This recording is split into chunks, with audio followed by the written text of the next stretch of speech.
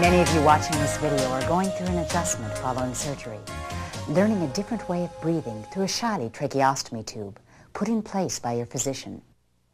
Since each one of us is different, you'll want to talk with your physician or home health care provider about your specific needs. This tape is meant as a guide to the care of your tracheostomy tube at home. Your doctor has specified a shyly tracheostomy tube for you, and we want you to feel comfortable in using and caring for it. In this tape, we'll familiarize you with shyly tracheostomy tube products and many of the procedures you'll be learning with the help of your home health care provider. Much of what we'll be covering is discussed in this tracheostomy tube adult home care guide. It is designed as a home reference for you. While watching this tape, it will help to follow along in your home care guide. Keep the pen and paper handy too, and jot down questions you may have for your doctor or home health care provider. A good place to start is the first part of Section 2, where you'll find a review of your recent surgical experience. Your surgeon performed a tracheotomy, making an incision into the trachea to create an artificial airway. A tracheostomy is the surgical opening through which a tube can be passed. A tracheostomy tube permits you to breathe through your surgical airway. Sometimes these terms may seem confusing, so to help you, Section 2 of your guide also includes definition of terms.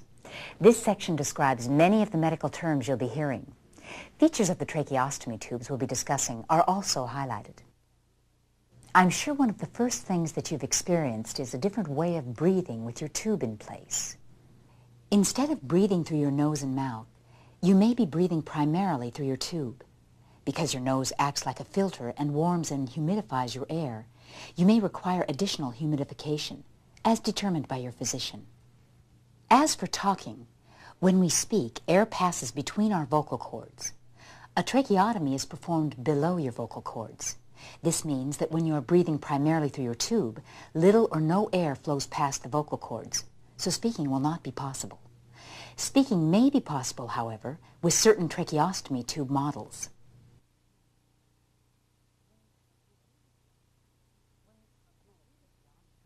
When we talk about a tracheostomy tube, we're really talking about a few separate parts. First, there's the main body called the outer cannula. That's the actual tube that's inserted into the trachea to provide a temporary or permanent artificial breathing passage. Most shyly tracheostomy tubes also include an inner cannula, a removable tube that acts as a passageway for airflow and for the removal of mucus. There are two types of shyly tracheostomy tubes. The first, the cuffless tube, allows breathing through the tracheostomy, as well as through the mouth and nose. The cuffed tube, when inflated with air, acts as a seal against the tracheal wall to eliminate or reduce airflow through the mouth and nose. When the cuff is inflated, breathing is done through the tracheostomy tube. Some types of shyly tracheostomy tubes are fenestrated.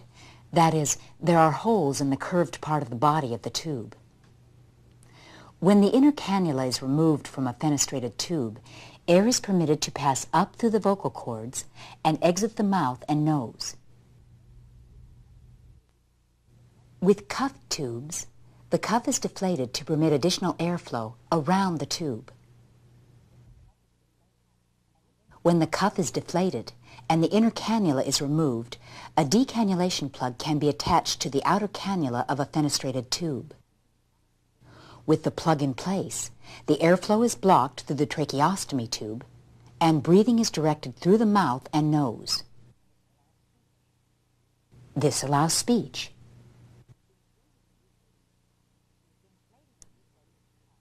Inflating or deflating the cuff is made possible using a Luer syringe. The syringe opens a Luer valve, which is connected to a pilot balloon.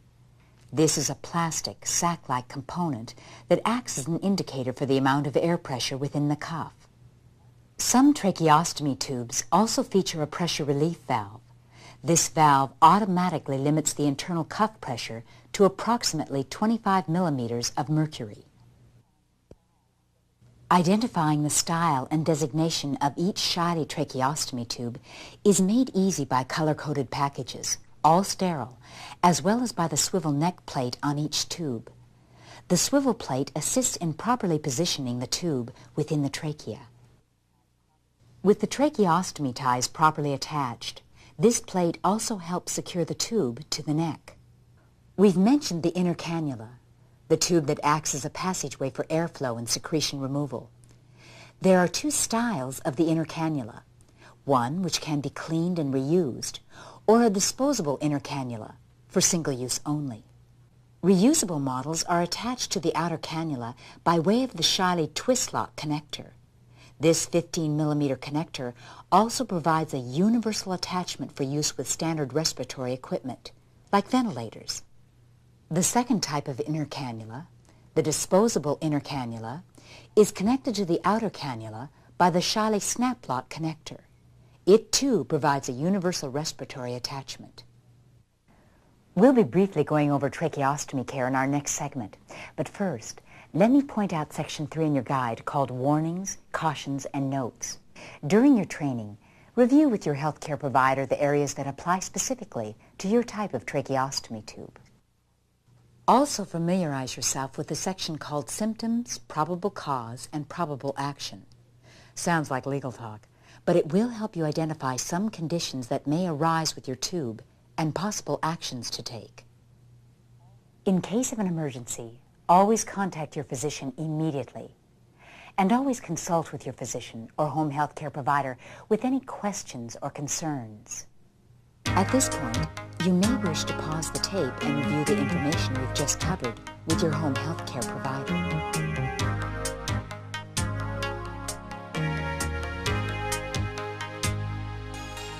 The disposable inner cannula with snap lock connector has been designed for the convenience of single use. Known as the DIC, it eliminates the need for the inner cannula cleaning step and reduces the amount of cleaning supplies required. The snap lock on the DIC allows for quick, easy removal of the inner cannula. The DIC is changed and discarded as part of your routine tracheostomy care. The first step in all procedures is to thoroughly wash your hands with soap and water. In some cases, in the home, protective gloves are recommended. Check with your home health care provider for instructions. Position yourself in front of a mirror and stabilize the neck plate with one hand. Grasp the snap lock connector with the opposite hand and squeeze both flanges. Gently pull the inner cannula out of the outer cannula in a downward motion. Gently squeeze the snap lock connector of your new DIC and insert the inner cannula into the outer cannula. Release the snap lock connector when it's secured to both sides of the connector rim of the outer cannula. This Shiley inner cannula with a twist lock connector has been designed to be cleaned and reused. Before you begin cleaning the inner cannula, assemble your equipment. Wash your hands thoroughly with soap and water. Position yourself in front of a mirror and stabilize the neck plate with one hand. Grasp the twist lock inner cannula connector with the other hand. Using a counterclockwise motion, carefully unlock the inner cannula. Gently pull the inner cannula in a downward motion and remove from the outer cannula. If you are unable to remove your inner cannula, contact your physician or home health care provider immediately. If you require a temporary connection to respiratory equipment during the cleaning procedure, use the spare inner cannula that may be ordered separately. Place the soiled inner cannula in a basin filled with sterile saline or distilled water. Gently remove collected secretions with a pipe cleaner or a brush that is smaller than the inner diameter of the inner cannula. A solution of 1 part hydrogen peroxide and 1 part distilled water can be poured through the inner cannula to remove dried or encrusted secretions. Rinse the inner cannula thoroughly to remove all hydrogen peroxide before use. Remove excess moisture by shaking or using a lint-free cloth, such as a sterile 4x4 gauze. You're now ready to reinsert the matched twist lock inner cannula. To do this, stabilize the neck plate with one hand. Gently insert the twist lock inner cannula with the other hand. Using a clockwise motion, turn the connector on the inner cannula to securely lock it within the outer cannula. Verify that the twist lock connector engages securely. Proper inner cannula care starts with understanding which type of inner cannula product you are using, either the snap lock disposable inner cannula or the twist lock model, then learning the appropriate home care procedures. You may wish to pause the tape at this point to review these procedures and the related portions in Section 3 of your guide with the assistance of your home health care provider.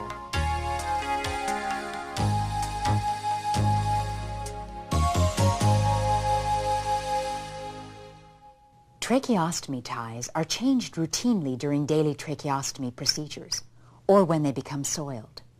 The following procedure, which is also reviewed in Section 5 of your guide, is to be used only if your physician or home health care provider instructs you to do so. Before beginning to change the ties, assemble your equipment. Wash your hands thoroughly with soap and water. Position yourself in front of a mirror and remove the twill ties from their package. Place one end of the tie through one neck plate hole and pull until the tie is 3 to 4 inches longer than the other end. You may require assistance from your caregiver. Secure the shorter end of the twill tie into the other neck plate hole. Place one finger between your neck and the ties and place a square knot to secure the connection. Do not secure the twill by tying a bow. Using a blunt nose scissors, carefully cut the excess twill ties, allowing 1 to 2 inches to remain. Carefully cut and remove the soiled ties. Your physician or home health care provider may have recommended the use of a pre-cut tracheostomy dressing in order to absorb drainage around your tracheostomy incision, also called your stoma. Periodically, whether you use the dressing or not, the area around the stoma should be cleansed with water and patted dry with sterile gauze. If required, you should replace your sterile dressing at this time. You should notify your physician of any sign of infection, such as redness or inflamed skin, at the tracheostomy site.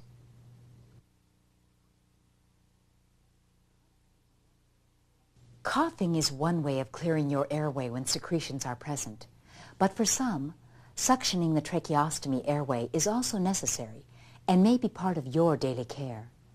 Your physician or home health care provider will determine your suctioning needs. The following suctioning procedure is discussed in Section 5 of your guide. Do not attempt to perform suctioning yourself unless you have received proper training and have been instructed to do so by your physician or home health care provider. Assemble your equipment. Wash your hands thoroughly with soap and water. Connect the suction catheter tubing to the suction pump, then glove as instructed by your home health care provider. Keep one hand from touching non-sterile objects. With the other hand, check for correct suction pressure on the suction pump prior to use. Now with your sterile hand, remove the remainder of the catheter from its sterile packaging. Place it in a container of sterile water. Place your finger over the catheter suction port to allow water to flow through the catheter. Position yourself in front of a mirror. Some patients may require supplemental oxygen during the following portion of the suction procedure. Your physician or home health care provider will advise you of your specific needs. Using your sterile hand, insert the suction catheter with your finger off the suction port into your tube. Your home health care provider will instruct you on insertion depth. Place the equipment hand on the catheter suction port to apply suction and slowly withdraw the suction catheter while rolling it between your fingers to aid in the removal of secretions. Caution: the suction procedure should last no longer than a few seconds. Rinse the catheter in the sterile water basin to remove collected secretions. If additional suctioning is necessary, allow adequate time between each catheter insertion for normal breathing or for mechanical ventilatory support. This will aid in the reoxygenation of your body. Some patients may require removal of pooled secretions above the cuff. Your physician or home health care provider will instruct you on the proper procedure if necessary. Remember, your physician may or may not have prescribed this procedure for you as part of your daily home care. If suctioning has been prescribed for you, make sure you are properly instructed in the suctioning procedure before attempting it yourself. You may wish to pause the tape and review the previous procedures and corresponding cautions in Section 3 of your guide with your home health care provider.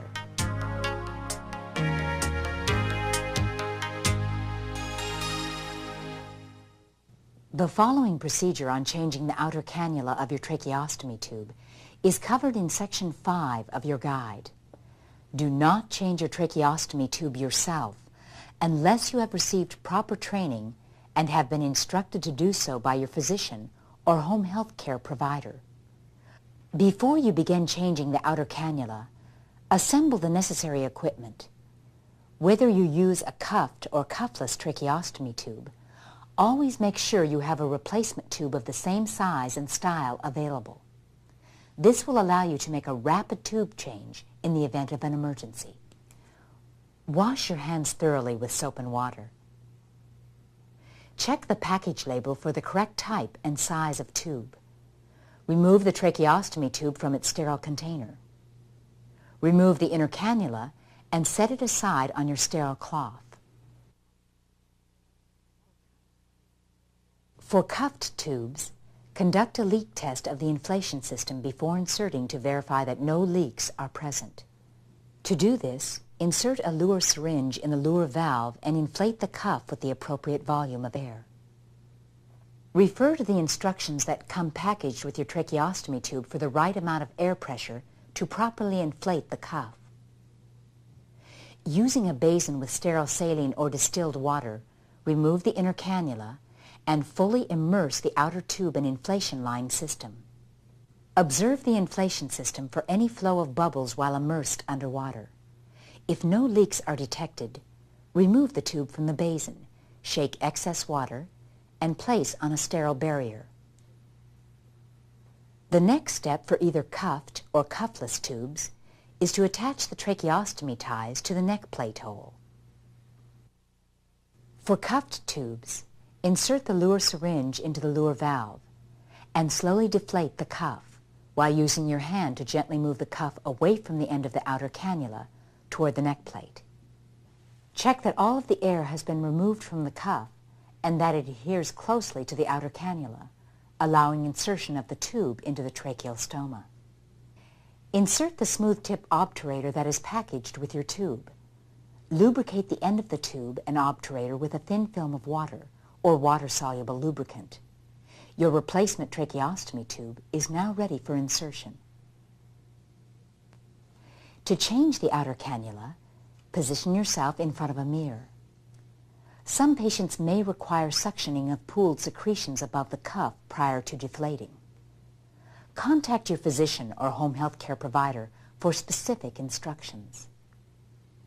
Place the Luer syringe into the Luer valve and be sure to deflate your cuff prior to removing the tube.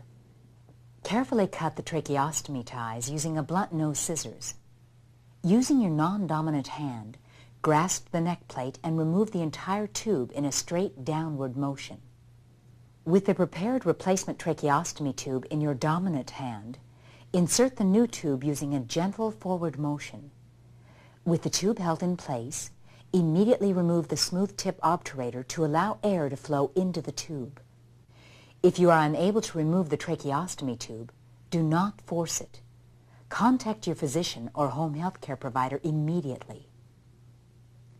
For cuffed tubes, insert the Luer syringe into the Luer valve and inflate the cuff as instructed by your home health care provider. Place one finger between the neck and the tie to make sure that it is not too tight or too loose. Place a square knot to secure the connection. Install the new inner cannula and reconnect to respiratory equipment if required. Verify that a secure connection has been made.